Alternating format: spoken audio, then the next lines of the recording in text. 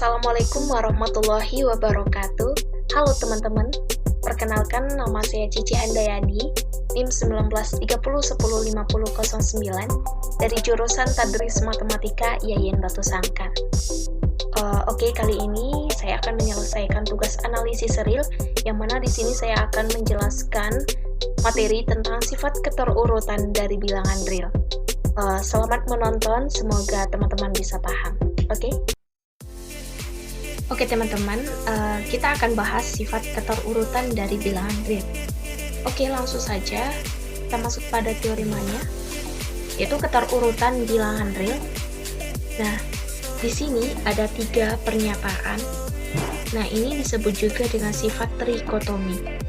Pernyataan pertama itu menyatakan jika A dan B merupakan elemen dari P atau anggota P, nah maka A dijumlahkan dengan B itu merupakan anggota dari P juga. Kemudian, pernyataan kedua, jika A dan B merupakan anggota P, maka hasil kali A dengan B juga merupakan anggota dari P. Nah, ini merupakan sifat ketertutupan pada penjumlahan dan perkalian. Oke teman-teman, P ini dinyatakan dalam bilangan positif di sini. Nah, kemudian pernyataan yang ketiga, jika A merupakan anggota dari R atau elemen R, nah maka nanti akan berlaku salah satu dari pernyataan ini, yaitu A merupakan elemen P, kemudian A sama dengan 0, atau min A merupakan anggota dari P. Artinya, dari pernyataan ketiga ini, yaitu dia mencakup nilai A itu mencakup dari min tak hingga sampai tak hingga, semuanya masuk. Nah, ketiga pernyataan ini merupakan sifat dari trikotomi. Nah, nanti kita akan menggunakan sifat-sifat ini dalam teorema-teorema berikutnya untuk menyelesaikan teorema-teorema berikutnya. Kita lanjut kepada definisi. Oke. Yang pertama, pernyataan pertama.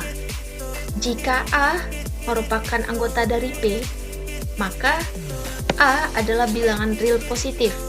Nah, karena kita sebelumnya sudah tahu bahwa P tadi dinyatakan bilangan positif pada slide sebelumnya.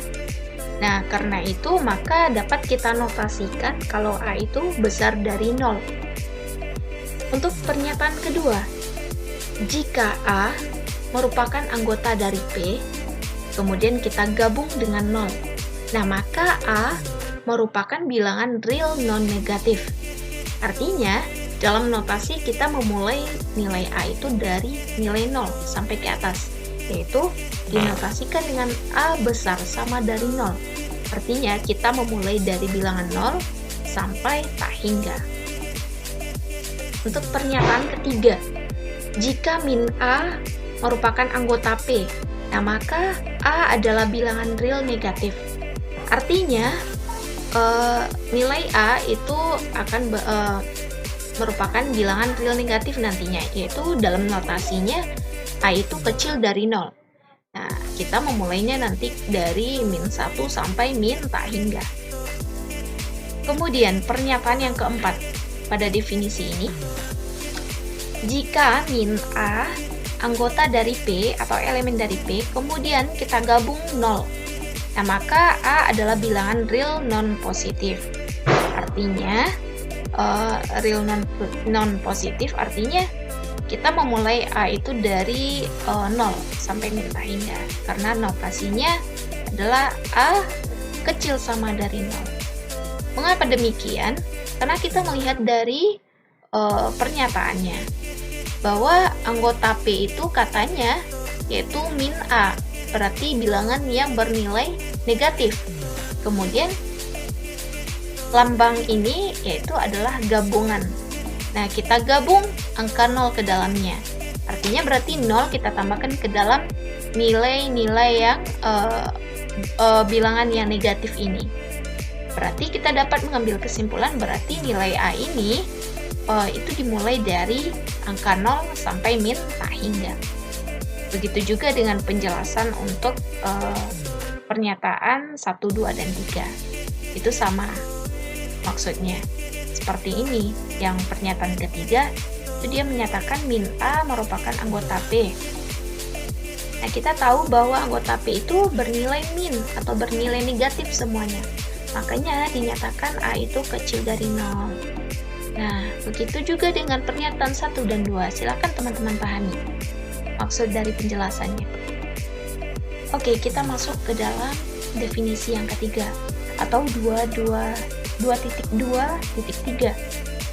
Nah, di definisi kali ini yaitu ada permisalan bahwa nilai A dan B itu merupakan anggota dari real.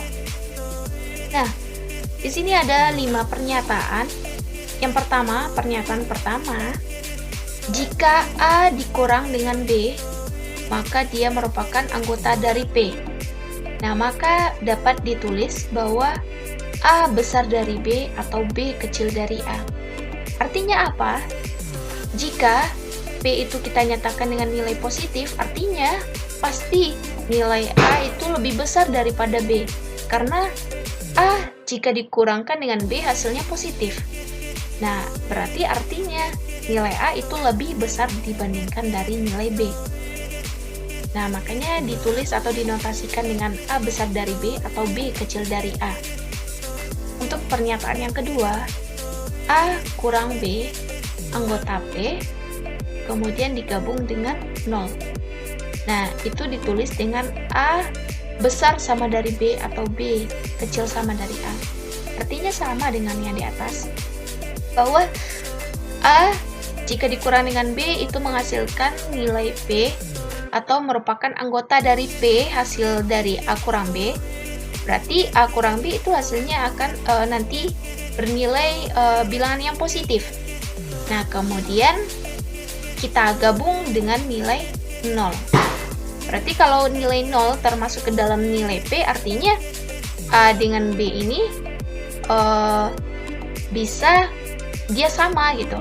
Misalnya A2, B juga 2, berarti hasilnya nanti 0. Nah, berarti kalau dia bernilai sama, maka kita menuliskan notasinya itu pakai sama dengan, misalnya besar sama atau kecil sama, seperti ini. Paham, teman-teman? Oke, kita lanjut ke pernyataan yang ketiga. Yang ketiga yaitu A kecil dari B atau B kecil dari C.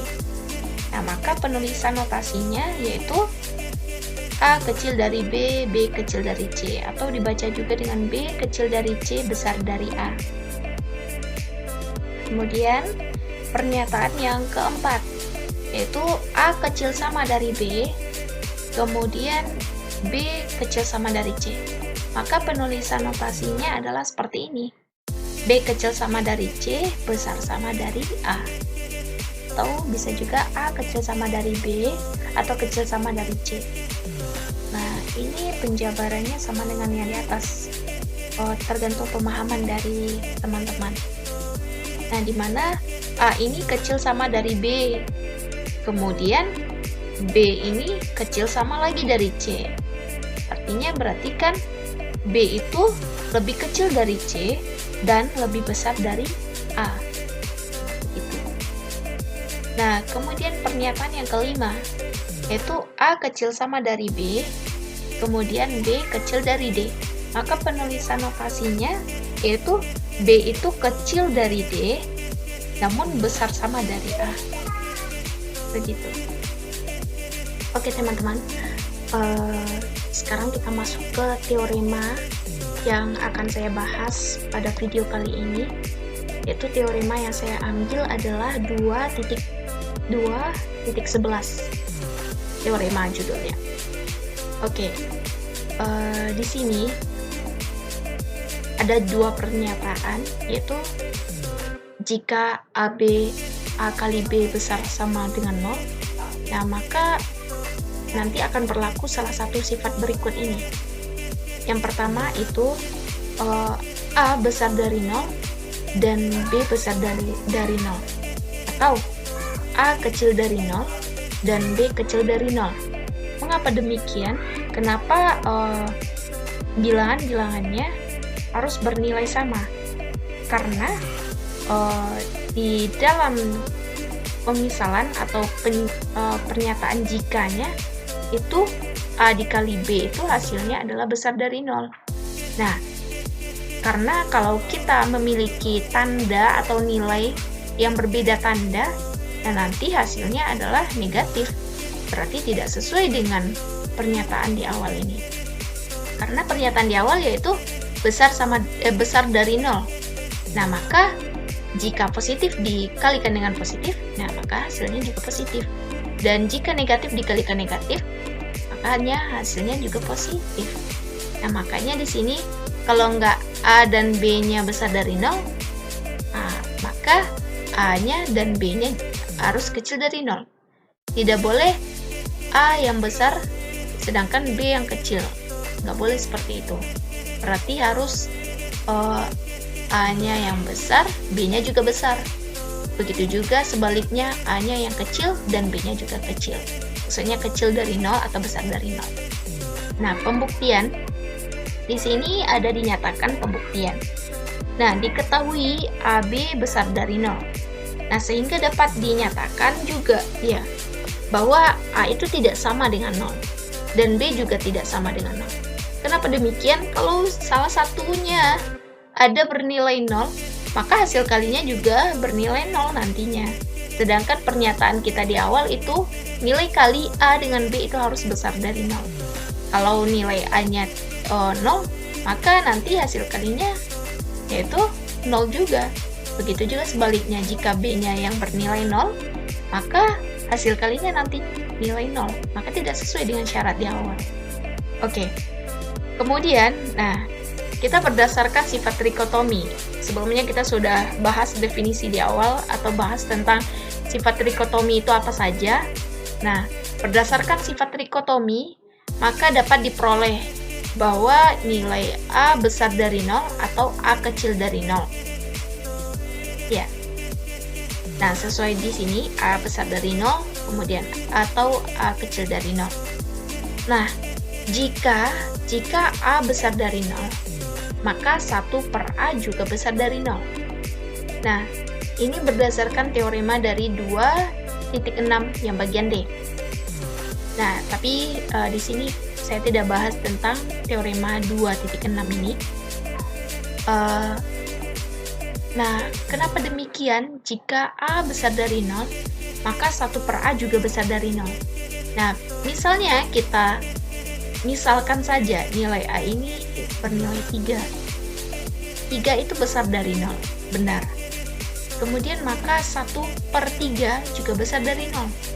Nah, begitu. Kenapa nilai dari 1 per A itu besar dari 0? Karena 1 per berapa saja.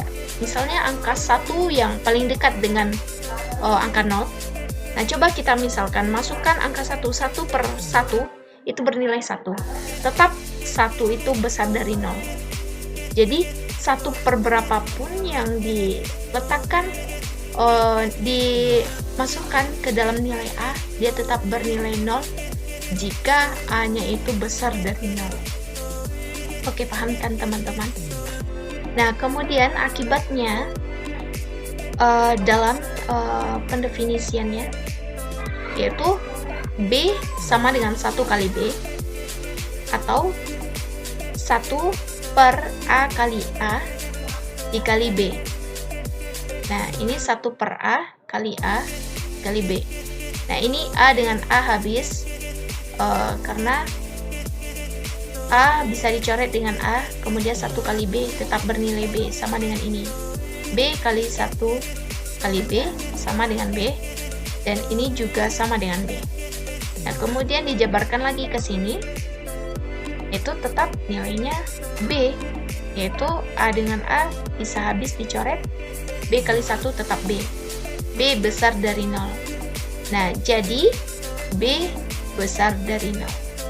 Nah, jika A-nya kecil dari 0, nah maka 1 per A kecil juga dari 0. Sama seperti penjelasan yang saya jelaskan di atas. Nah, sehingga di pendefinisian atau penjabaran dari buktinya, yaitu dapat teman-teman lihat. Nah, ini tetap bernilai B. Nah, ini juga bernilai B. Kemudian ini juga bernilai B. Dan lambangnya adalah kecil dari 0. Nah, jadi dia tetap sinkron. Jika nilai A-nya besar dari 0, maka B-nya juga besar dari 0. Nah, itu kesimpulannya. Nah, jika A-nya kecil dari 0, maka B-nya juga kecil dari 0. Nah, inilah pembuktian dari pernyataan teorema 2.11 ini, yang menyatakan bahwa AB jika besar dari 0, A kali B besar dari 0, maka yang berlaku itu sifat yang 1 dan 2 ini. Begitu teman-teman. Semoga teman-teman bisa paham dengan penjelasan singkat dari saya ini.